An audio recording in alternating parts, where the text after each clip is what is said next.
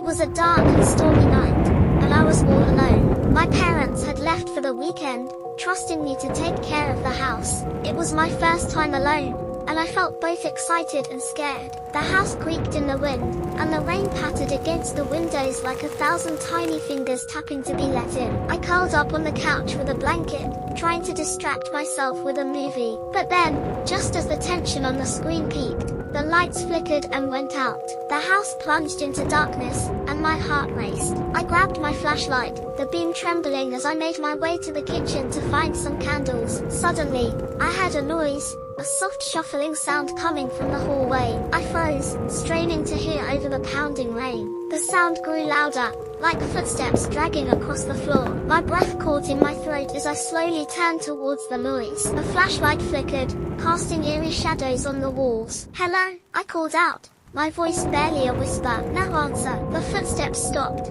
but the silence felt even more ominous. Gathering all my courage, I stepped into the hallway. The air felt colder, and a strange smell filled my nose, like something damp and old. I felt a chill run down my spine as I followed the smell to the basement door, which stood slightly ajar. I had never liked the basement. It always felt creepy, even in daylight, but something compelled me to go down there. I hesitated, then slowly descended the stairs, the old wood groaning under my weight. At the bottom, the flashlight flickered again, and in the brief moment of darkness, I heard a low, guttural whisper, "Come closer." The light came back on, and I saw something that made my blood run cold. In the corner, barely visible, was a figure hunched over, its back towards me. It moved slightly, a raspy breath escaping its lips. I wanted to scream, but fear clamped my throat shut. The figure slowly turned its head, revealing hollow eyes and a twisted smile that seemed to stretch too wide for its face. In a panic,